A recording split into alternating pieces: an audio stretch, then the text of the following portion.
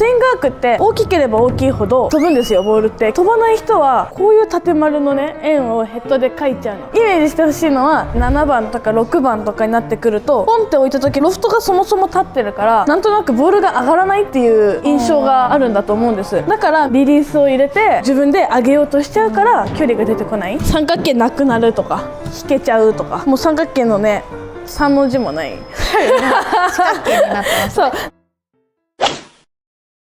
皆さんこんにちは、ひがです。もえです。お願いします。はい、ということで今回はですね、はい、ゆっくり振って飛ぶのアイアン編をやる。以前、ドライバ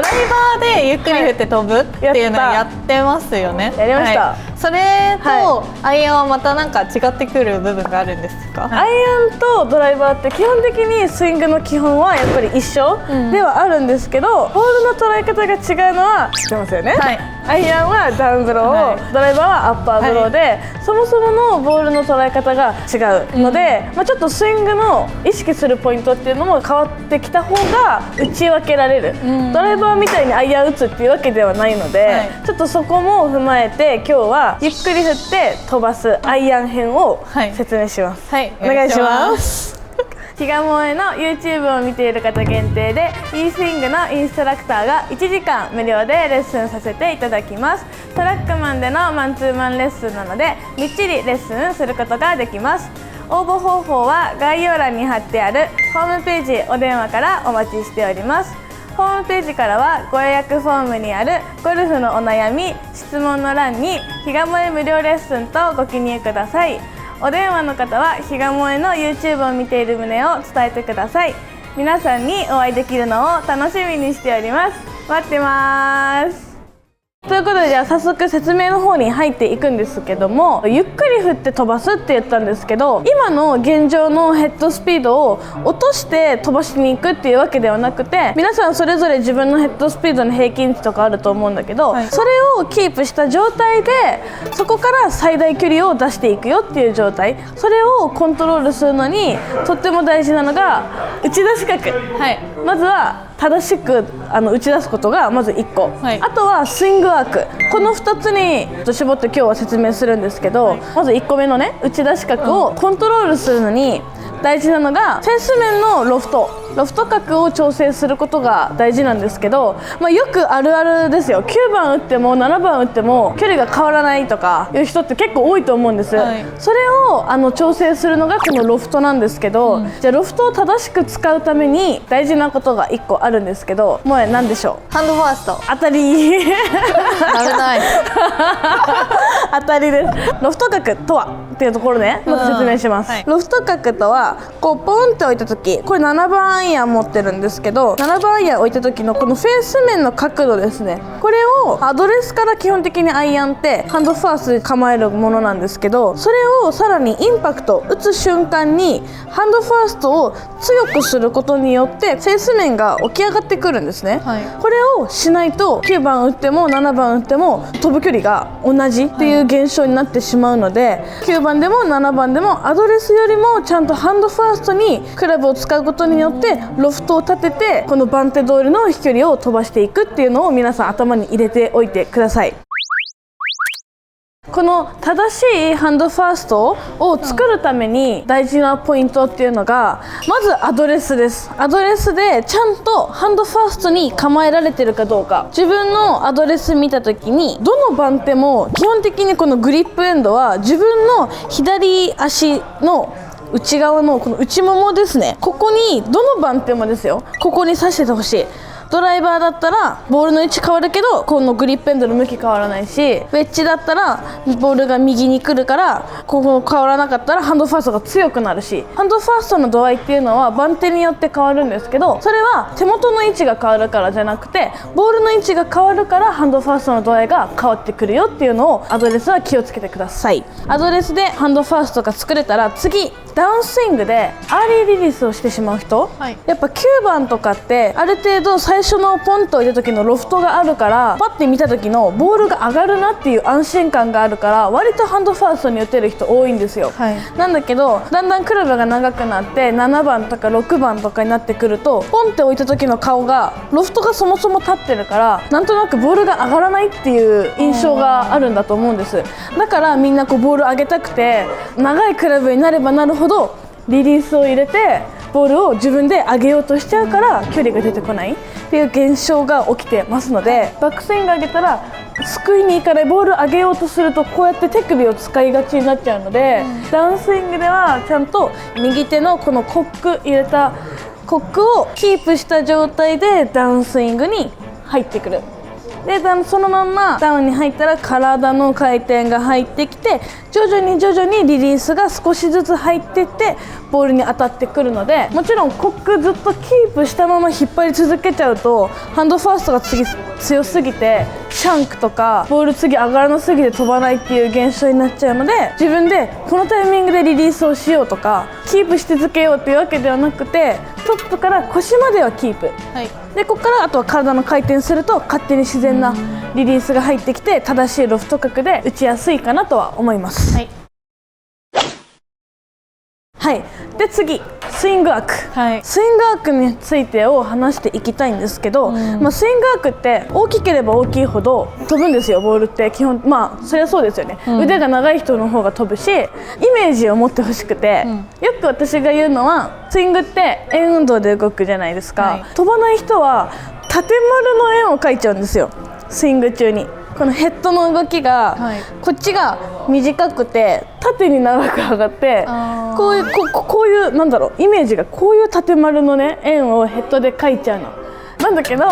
イメージしてほしいのは横長の丸を描いてほしい。だから飛ぶ人はどっちかというとヘッドが体から離れるのが強い。飛ぶ人はもちろん体が流れて遠くに上げちゃダメですけど、自分の軸をキープした状態での一番遠いところにやっぱ上げてきて、はい、ダウンスイングからフォローでもちゃんと自分の軸は止めた状態で一番遠くに出してくる方が、自分の最大飛距離っていうのは出しやすいかなと思うので、はい、とにかく長い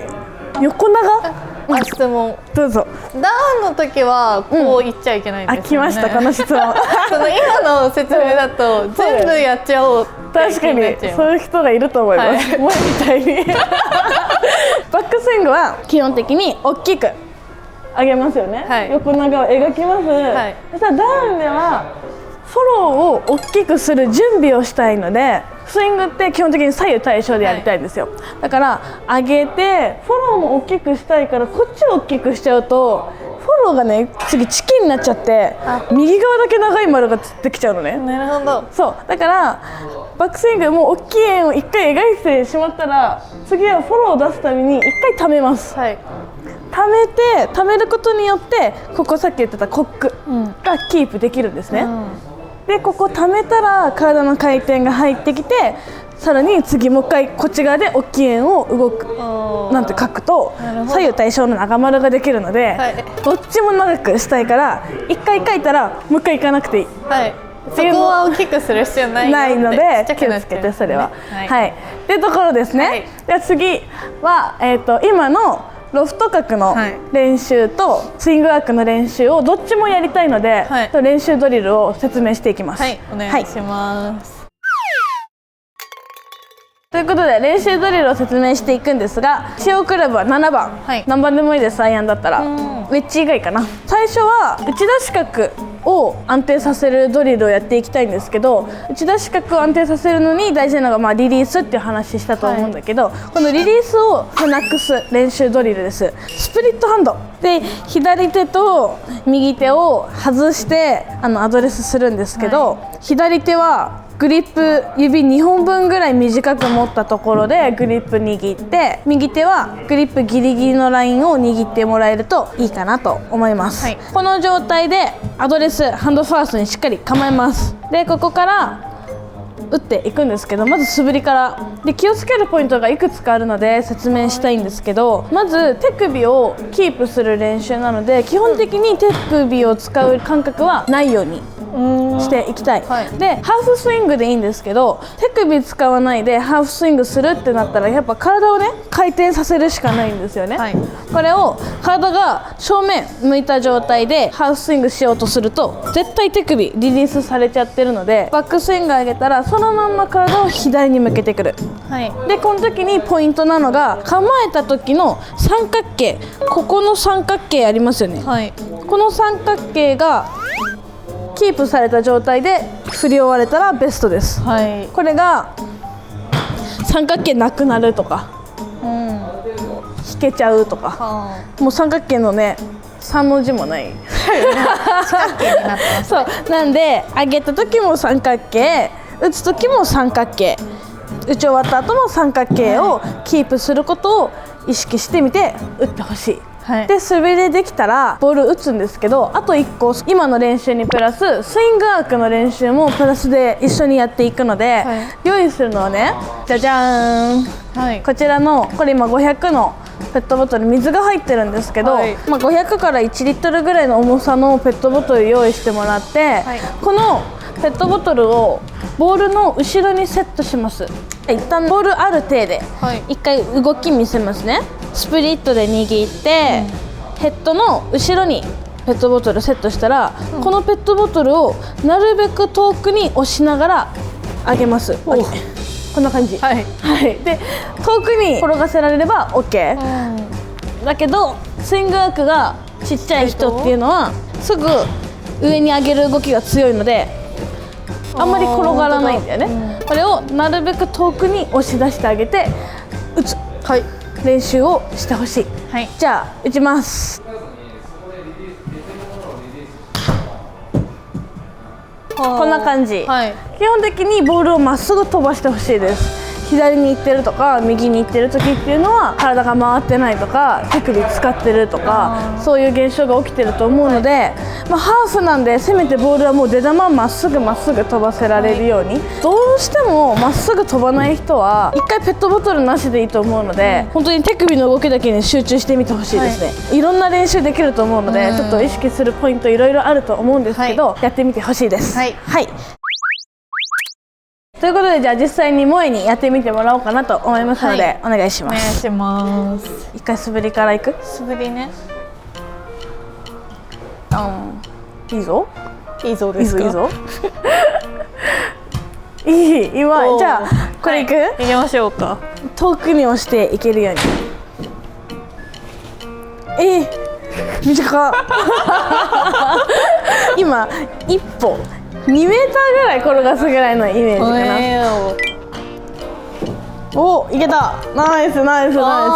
今ぐらい押し込んであげ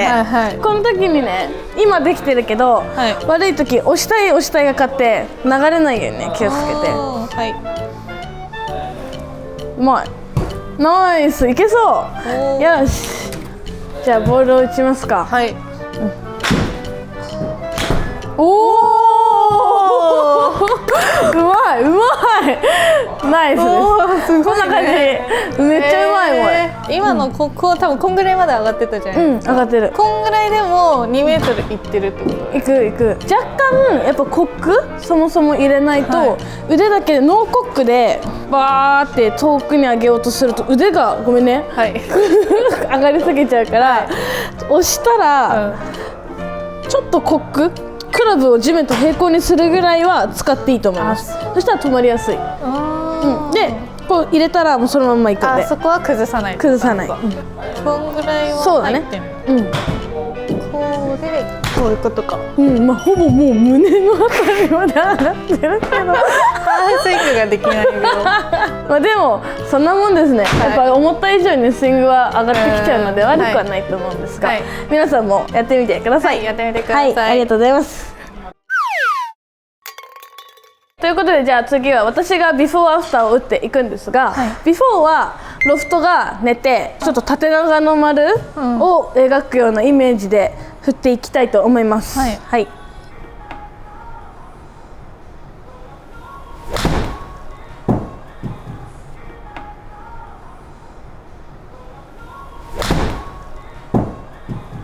な感じ、次じゃあアフターをいきます、アフターは正しいハンドファーストで打つこととスイングアークを大きく打ちます、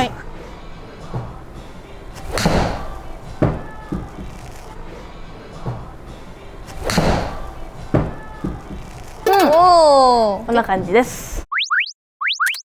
ということで私が打ったビフォーとアフターのデータを比べていくんですが、こちらのデータがビフォーになります、ビフォーはハンドファーストに打たずにロフトを寝かせて打った場合ですが、キャリーが 123.8 トータルが 129.9 でヘッドスピードは 32.7 なんですけど、この時に見ているのが打ち出し角ですね。打ち出し角が 24.2 度っていうところなんですけど、7番アイアンで32前後ぐらいヘッドスピードが出る方はだいたい打ち出し角は15から20の間って言われてるんですよ、それよりもやっぱ打ち出しがちょっと高めなんですよね、高く出すぎるとボール初速が出ないのでやっぱ距離っていうのは落ちやすくなってる。で打ち出しが高くなるってことはちゃんとハンドファーストに打ててない。スイングアークもわざと今縦にしてるのですごいちっちゃいスイングに見えてるかなと思います。でここから次アフターの数値に入っていくんですが、キャリーが 139.9 トータルが 150.3 ヘッドスピードが 32.5 なんですけども、キャリーでいうと 16.1 ヤードアップ、トータルでいうと 20.4 ヤードアップで、ヘッドスピードは本当にちょっと 0.2 下がってるんだけど、さっきよりも距離が上がってるんですよ。本当ですね、でこれはやっぱ打ち出し角さっき24点ちょっとだったのが、19.9 約20度で打ってるので、やっぱりこの打ち出し角によってボールっていうのは全然飛ぶ距離が変わってきます、でそれをハンドファースト意識でちゃんと打てるかどうかではボール初速も全然変わってくると思いますので、アイアンの距離が伸びない人とか何打っても一緒の人っていうのは今日やったドリルをやってみて距離アップを頑張ってください。はい、ありがとうございました。ありがとうございました。E スイングにはスイング分析に特化したトラックマンが置いてありますので、最速で上達することができます。また E スイングの LINE 公式アカウントを登録していただくと定期的に視聴者プレゼントを配信中です。概要欄の LINE を追加していただき、正面と後方からスイング動画と今現在のゴルフのお悩みをテキストで送ってください。私が1分間のレッスン動画をお送りいたします。ぜひ LINE 登録とスイング動画お待ちしております。ということでこの動画が良かったと思ったらチャンネル登録、グッドボタン、コメント、 LINE 登録お待ちしております。次の動画までまたねー。